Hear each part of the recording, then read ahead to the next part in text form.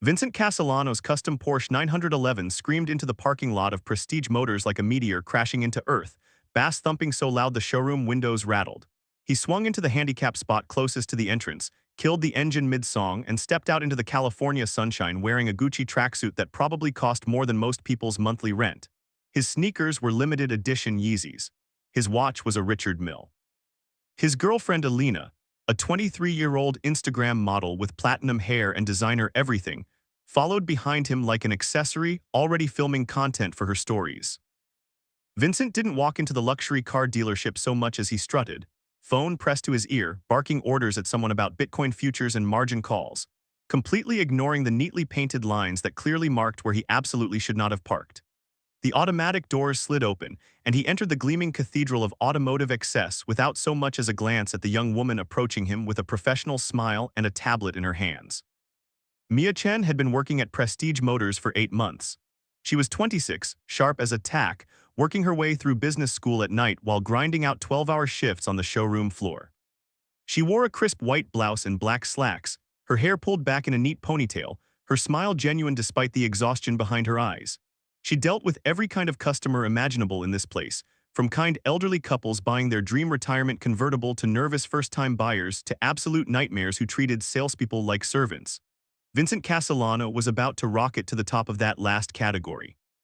Mia approached him with her opening line already prepared, clipboard ready, determined to do her job right. She cleared her throat politely and said, "Good afternoon, welcome to Prestige Motors. My name is Mia, and I noticed you parked in the handicapped space, so if you could just move your vehicle to one of the regular spots, we can get you taken care of." Vincent didn't even lower his phone.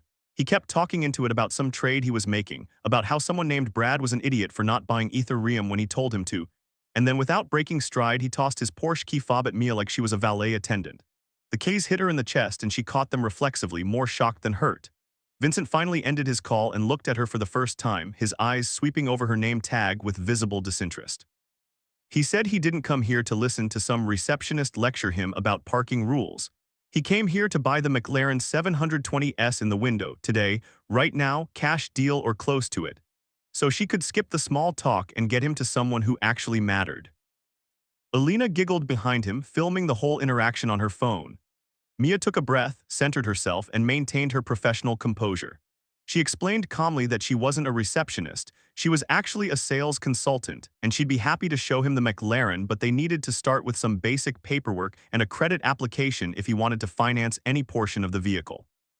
Vincent cut her off mid-sentence, turning to Alina and saying loud enough for everyone in the showroom to hear that this was exactly what was wrong with customer service in this country. Too much bureaucracy, too many hoops. Why couldn't people just take his money and give him what he wanted? He snapped his fingers at Mia and told her to skip the registration process. He wanted to see the contract now, he had lunch reservations in an hour and he didn't plan to be late. Mia felt the familiar twist in her stomach that came with difficult customers, but she smiled and nodded, leading Vincent and Alina toward the negotiation area, already anticipating that this was going to be one of those days. She offered them water, coffee, anything to make them comfortable. Vincent ignored her. Alina asked for a sparkling water with lemon, extra ice, in a specific way that made it clear she expected Mia to be thrilled about the opportunity to serve her. Mia brought the water without comment and excused herself to pull up the McLaren's information and speak with her manager about the situation. In the back office, Mia's manager Derek raised his eyebrows when she described the customer. He told her to handle it carefully, that guys like that either bought big or made big scenes, and either way she needed to stay professional. Mia assured him she would, but she also mentioned that the customer seemed to be in an unusual rush and was already being dismissive of standard procedures. Derek told her to run the credit application as quickly as possible, get a trade-in value on the Porsche if he was offering it, and if the numbers worked then they'd make the deal happen. If the numbers didn't work, well, that was what contracts were for. Mia returned to the negotiation table where Vincent was now sitting with his feet up on the chair next to him, scrolling through his phone while Alina took selfies in the mirror. Mia sat down and pulled up the McLaren specs on her tablet, explaining that the vehicle was priced at $280,000, and if he wanted to take delivery today, they would need to process financing immediately because even high-net-worth clients rarely did true cash deals on vehicles this expensive. Vincent waved his hand dismissively and said he'd put down whatever. He had money everywhere, crypto, stocks, real estate. The bank would approve him in 5 seconds. Mia asked if he wanted to trade in his Porsche as part of the deal. Vincent perked up at that and said yes. Absolutely, do whatever made this faster. He wanted to be driving that McLaren to lunch. Mia pulled up the trade-in valuation system and entered the Porsche's information based on the VIN that Vincent rattled off without looking up from his phone. The system ran its algorithms and came back with an instant offer of $60,000 for the vehicle. Mia winced internally because she knew that was low. The Porsche was probably worth more like 90 or 100,000 in a private sale. But the instant purchase program always offered wholesale prices because the dealership was taking on the risk and the work of reselling it. She explained this to Vincent as gently as she could, telling him the system generated an automatic buyout offer of $60,000 due to the high mileage and aftermarket modifications, which sometimes decreased value in the luxury market. But if he wanted a higher appraisal, they could wait for the used car manager to do a full evaluation, which might take a few hours. Vincent looked at his watch, a gesture so exaggerated it was almost comical, and said he didn't have a few hours, he had 58 minutes now, just put down the 60,000 or 70,000 or whatever, he'd make that back in a day trading options. He just needed the paperwork ready to sign so he could get out of here. Mia hesitated and tried one more time to slow him down, suggesting they at least wait for the credit approval before finalizing the trade-in because if the financing didn't go through for any reason he'd be stuck without his Porsche. Vincent laughed at her, actually laughed, and said, "Sweetheart, do you know how much money he had in his accounts? The bank was going to trip over itself approving him. This was just a formality. Stop wasting his time with worst-case scenarios." Alina had stopped paying attention entirely and was now on FaceTime with someone, walking around the showroom and pointing at cars. Vincent told Mia to bring him whatever papers he needed to sign to sell the Porsche to the dealership right now, as in immediately so they could move forward. Mia felt a knot forming in her chest because this was exactly the kind of situation they'd warned her about in training. A customer rushing through a transaction without understanding the implications. But Vincent was insistent and technically, he was an adult capable of making his own decisions. She excused herself again, went back to Derek, and explained the situation. Derek pulled up the standard forms and printed out a bill of sale marked unconditional transfer of ownership. The document they used when someone wanted to sell their car to the dealership outright, rather than as a conditional trade. He handed it to Mia and told her to have him read it carefully and make sure he understood that signing this meant the Porsche became dealership property immediately upon signature, regardless of what happened with the McLaren financing. Mia took the paperwork back to Vincent and set it in front of him, tapping the header that read in bold letters, "Bill of Sale, Unconditional Transfer." She said, "Mr. Castellano, this is the document that transfers ownership of your Porsche to Prestige Motors, and I need to make very clear that once you sign this, the car is legally ours whether or not your financing for the McLaren gets approved. Normally, we would make this conditional on the new purchase, but since you want to expedite everything, this is the fastest way to process the transaction, so please read it carefully before signing." Vincent didn't even look at the document. He snatched the pen from Mia's hand and said he didn't need a lecture about reading contracts. He'd signed more deals than she'd probably ever seen. And could she please just stop talking so much and let him do what he came here to do? He scrawled his signature across the bottom of the page with aggressive strokes, dated it, and shoved the paper back across the table at her. He said, "There, the Porsche is yours, now give me the McLaren keys." Mia took the signed document and felt her stomach drop because she absolutely knew that this was going to end badly. She told Vincent she needed to submit his credit application now, and it would take approximately 15 to 20 minutes to get responses from the banks. Vincent groaned and said 15 minutes. Were they using carrier pigeons? Fine, whatever, he'd go sit in the McLaren while they processed their ancient systems. Mia wanted to tell him he couldn't do that, but technically the car was unlocked for display purposes and she didn't have the authority to physically stop a customer from sitting in a vehicle. She watched as Vincent swaggered over to the McLaren, opened the door, and slid into the driver's seat like he already owned it. Alina appeared from wherever she'd wandered off to and climbed into the passenger seat, immediately taking photos of herself with the dashboard. Mia returned to her computer and submitted Vincent's credit application to their 3 primary lending partners. She entered all his information exactly as he'd provided it, his stated income, which was impressively high, his stated assets, which were also substantial. Everything looked good on paper. She clicked submit and waited for the automated responses. The first one came back in 4 minutes and it was a decline. Mia blinked at the screen in surprise and read the reason code, which indicated excessive debt-to-income ratio and recent credit inquiries suggesting overleveraged positions. She immediately submitted to the second bank hoping for a different result. That one took 6 minutes and also came back declined, citing similar concerns about existing obligations. Mia felt panic rising in her chest and submitted to the third and final lender, a subprime outfit that usually approved almost anyone willing to pay their interest rates. That one took the full 15 minutes and came back with a decline as well, stating that the applicant's current debt service obligations exceeded acceptable risk parameters. Mia stared at the screen feeling like she was watching a car crash in slow motion. She pulled up the bill of sale that Vincent had signed and confirmed what she already knew. It was an unconditional transfer. The Porsche was now legally owned by Prestige Motors, and Vincent Castellano no longer had any claim to it. She stood up slowly and walked across the showroom floor toward the McLaren, where Vincent was revving the engine even though the car wasn't started, just making engine noises with his mouth, while Alina filmed him for her Instagram. Mia approached the driver's side window and knocked gently on the glass. Vincent looked up at her with irritation and rolled down the window. Mia took a deep breath and said, "Mr. Castellano, I need you to step out of the vehicle, please." Vincent's face immediately flushed red and he said, "Excuse me, what did she just say to him?" Mia repeated calmly that she needed him to exit the McLaren because there was an issue with his financing. Vincent's expression went from confused to furious in about half a second. He said there was no issue with his financing. What was she talking about? She needed to check again because their system was obviously broken. Mia explained that they had submitted his application to 3 separate lenders, and all 3 had declined to extend credit for this purchase. Vincent exploded out of the car, his face now a deep crimson, veins visible in his neck. He shouted that this was impossible, completely impossible. He had millions in assets. He had income streams she couldn't even comprehend. Her little dealership's computers must be malfunctioning because there was absolutely no way he'd been declined. Other customers in the showroom were starting to stare. Alina had stopped filming and was looking at Vincent with an expression that suggested this was not how she'd expected her afternoon to go. Vincent demanded that Mia try again, run it through different banks, call the lenders directly, do something because he was not leaving this dealership without that McLaren. Mia maintained her calm professional tone and explained that they had exhausted their lending options and the declines were final. The reasons given suggested he had existing debts or credit utilization that made this additional obligation too risky for the banks to approve. Vincent's hands were shaking now, whether from rage or panic Mia couldn't tell. He said fine, forget the financing, this was all ridiculous anyway.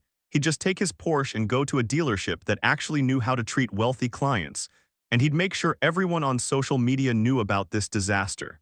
He held out his hand expectantly and said, "Give me my keys right now."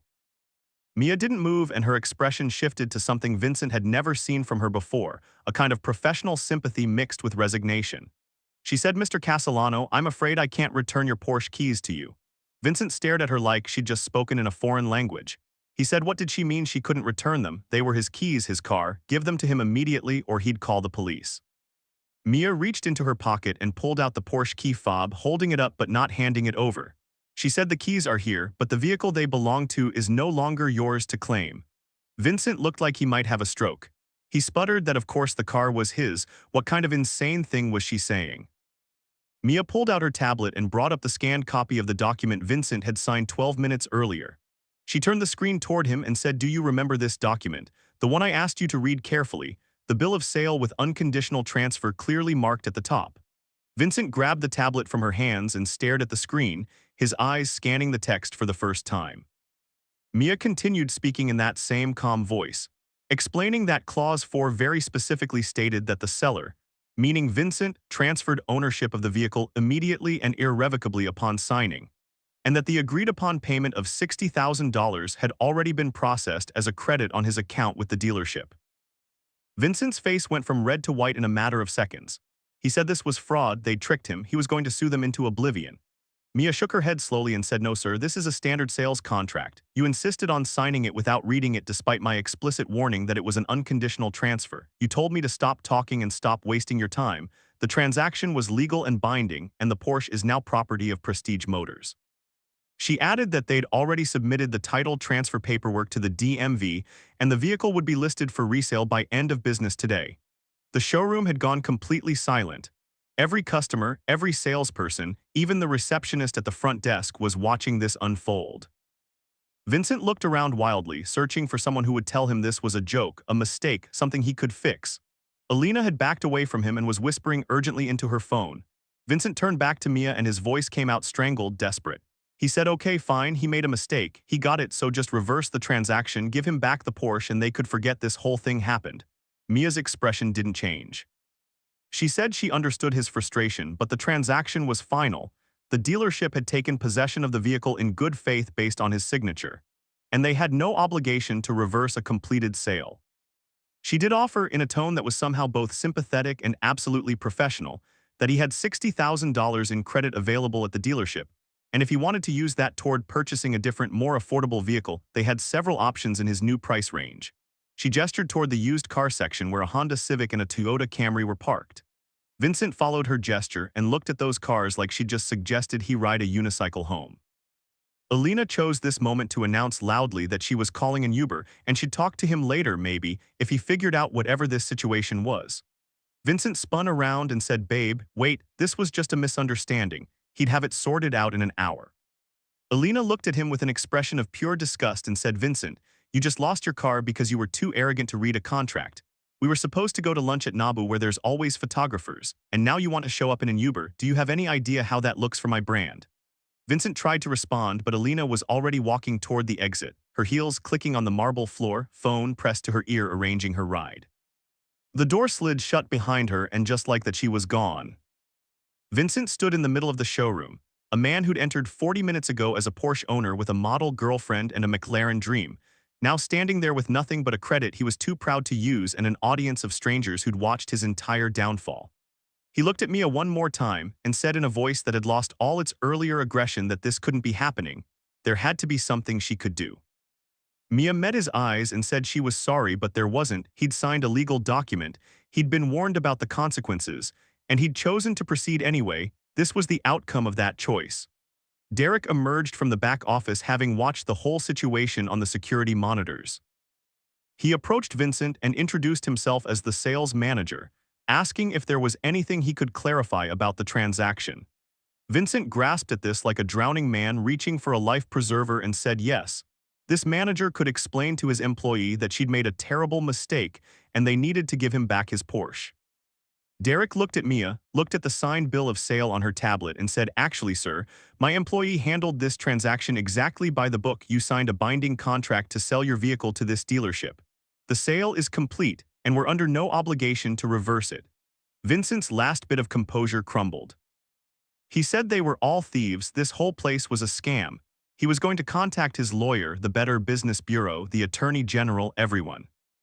Derek remained completely unfazed and said that was certainly his right, but he should know that the dealership had cameras covering every inch of the showroom, including the negotiation area, and the footage would clearly show Mia warning him about the document and Vincent dismissing her and signing anyway.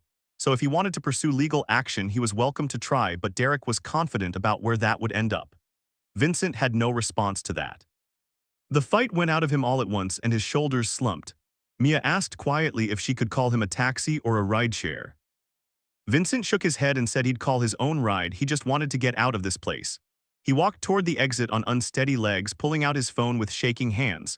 Before he reached the door, he turned back one more time and looked at the Porsche parked in the service bay where it had been moved after he signed it over. His Porsche, his baby, the car he'd bought to celebrate his first big crypto windfall, gone.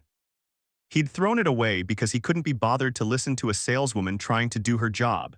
He'd been so certain the world would bend to his will, so convinced his money made him untouchable, so focused on impressing a girlfriend who'd abandoned him the second he showed weakness. The irony would have been funny if it wasn't so devastating.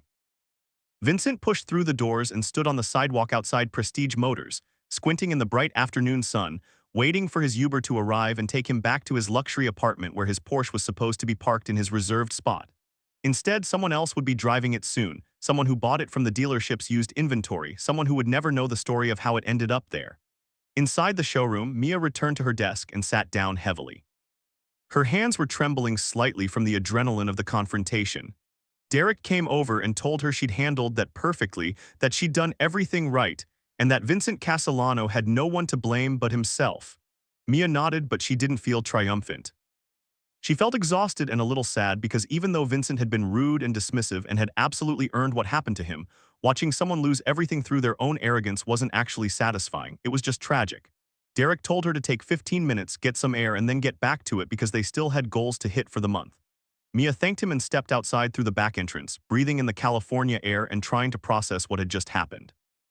Her phone buzzed with a text from her classmate asking how her shift was going. Mia typed back that she'd just watched a millionaire lose his car because he was too impatient to read a contract and too proud to listen to warnings. Her classmate sent back a string of shocked emojis. Mia smiled faintly and added that maybe she'd write her business ethics paper about it. Now, if you've made it this far in the story, you're exactly the kind of viewer money stories that Matter needs. So do me a favor and hit that subscribe button right now because we bring you stories like this every single week. Situations where money, ego, and decisions collide in spectacular ways. The lesson from Vincent's disaster is carved into every business textbook ever written, but somehow people still forget it. Arrogance is expensive, impatience is dangerous, and the person you dismiss as beneath you might be the only one trying to save you from yourself. Vincent walked into that dealership treating Mia like an obstacle instead of a professional. He assumed his wealth gave him the right to skip steps, ignore advice, and demand immediate gratification. He never considered that contracts exist to protect both parties, that fine print matters, that the speed of a transaction doesn't determine its validity. When Mia tried to slow him down and explain what he was signing, he didn't see caution, he saw incompetence. When she warned him about the unconditional transfer, he didn't hear protection, he heard bureaucracy. And when everything fell apart exactly the way she'd tried to prevent, he blamed everyone except the person responsible, himself.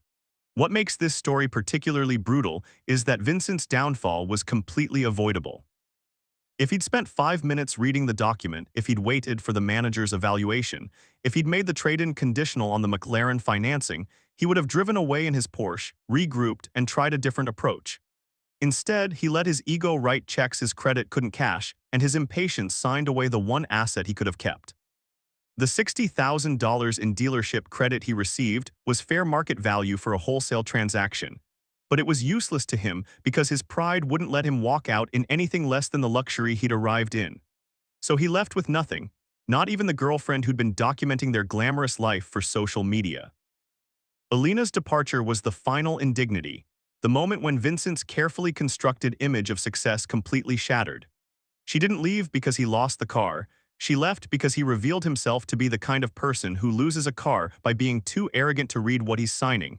And that kind of recklessness isn't attractive no matter how much money is involved. The real kicker is that Vincent probably did have wealth. His crypto claims and trading talk weren't necessarily lies. But wealth without wisdom is just a countdown timer to catastrophe. His financing got declined not because he was broke, but because he was over-leveraged, meaning he'd borrowed against everything he owned to maintain his lifestyle and fund his investments. A classic mistake of people who confuse net worth with actual liquidity. The banks saw someone who looked rich on paper but was actually drowning in debt, and they said no thank you, we'll pass on adding another $250,000 to that disaster. If Vincent had understood his own financial position, he never would have walked into that dealership so confident. If he'd treated Mia with respect and actually listened to her expertise, she might have helped him structure the deal differently or at least saved him from signing away his Porsche before the financing was confirmed. But respect requires humility and Vincent had none, so here we are. Drop a comment right now and tell me what you would have done in Mia's position. Would you have pushed harder to make Vincent read the contract, or would you have done exactly what she did and let him make his own choice? Also tell me if you've ever dealt with a customer or client like Vincent, someone so determined to speed through a process that they create their own disaster. I read every comment, and I want to hear your stories because money stories that matter is built on real experiences and real lessons. This story also raises a bigger question about our relationship with money and status. Vincent wasn't just buying a McLaren, he was buying validation. He needed that car to prove something to himself, to Alina, to everyone watching. The Porsche wasn't enough anymore because in his world there's always something better, always another level to reach, always someone with a more expensive toy. That mindset is exhausting and ultimately self-defeating because no purchase will ever fill the void that drives it. Vincent's crisis wasn't losing the car, it was realizing that all his money couldn't protect him from the consequences of his own behavior.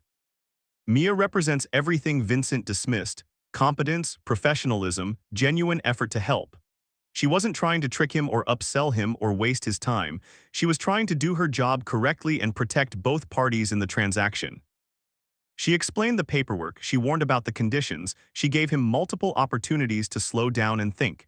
He rejected all of it because in his mind she was just a salesgirl, someone without his wealth or status, someone whose opinion didn't matter. The cosmic justice of the story is that the person he treated as irrelevant became the person holding his future in her hands. When the financing fell through and he demanded his car back, Mia had all the power because she'd followed procedure and he hadn't. The signed contract was ironclad and his tantrum was meaningless. For maybe the first time in his adult life, Vincent discovered that money couldn't buy him out of a situation he'd created through his own stupidity. The aftermath for Vincent is probably worse than what we saw in the showroom. He went home to explain to his friends why he was suddenly without a car. He had to face his social circle with the knowledge that his girlfriend dumped him in front of strangers. He probably checked his bank accounts and his crypto portfolios and realized that his over-leveraged position was even more precarious than he'd admitted to himself. Maybe he learned something from the experience and started making better decisions, or maybe he blamed everyone else and learned nothing. People like Vincent rarely change because change requires admitting you were wrong, and that's the hardest thing for an ego to accept. Either way, his story became a cautionary tale, the kind of disaster that gets shared in business schools and sales training seminars as an example of what not to do. Somewhere right now, a sales manager is probably telling a room full of new employees about the customer who signed away his car because he wouldn't read a contract, and those employees are laughing and thinking that could never happen to them. But it could, it absolutely could, because overconfidence is a universal human flaw. If you're still watching, you're the kind of person who understands that every financial decision is a test of character. So make sure you're subscribed to Money Stories That Matter because we're building a community of people who want to learn from other people's expensive mistakes instead of making those mistakes themselves. Hit that notification bell so you never miss a story and share this video with someone who needs to hear it, someone who's impatient with details, someone who thinks reading contracts is beneath them, someone who treats service workers like they're invisible. This story could save them from their own Vincent Castellano moment. The core truth that Vincent learned the hard way is that speed and intelligence aren't the same thing, that rushing through important decisions doesn't make you efficient, it makes you reckless, and that the people trying to slow you down aren't obstacles, they're guardrails. Mia wasn't being difficult when she asked him to read the contract, she was being responsible. She wasn't wasting his time when she explained the conditions, she was protecting him. He couldn't see it because his ego was in the way, and that blindness cost him everything he cared about in that moment. The broader lesson extends beyond car deals into every aspect of life where contracts, agreements, and commitments matter. How many people sign leases without reading them and then get shocked by penalties they agreed to? How many people accept job offers without understanding the terms and then feel trapped by non-compete clauses? How many people invest in opportunities without doing due diligence and then lose money to scams they could have avoided? Vincent's mistake at the car dealership is the same mistake people make with mortgages, business partnerships, marriage agreements, any situation where the fine print defines the reality. We live in a world that celebrates speed and decisiveness, where hesitation is seen as weakness and caution is mocked as fear. But sometimes the smartest thing you can do is slow down, read carefully, ask questions, and make sure you understand what you're agreeing to before you sign your name. Vincent would still have his Porsche if he'd done that, and you'll avoid your own disasters if you remember his story the next time you're tempted to skip the details. Thank you for watching this episode of Money Stories That Matter. Remember that wealth isn't just about how much money you have, it's about how wisely you use it, how you treat people along the way, and whether you're humble enough to learn from your mistakes. Vincent had money, but he didn't have wisdom. He had confidence, but he didn't have humility. And in the end, those deficiencies cost him more than the price of a car. Learn from his failure, be better than his example. And if you found value in this story, make sure you like this video and subscribe to the channel so we can keep bringing you content that matters. See you in the next one.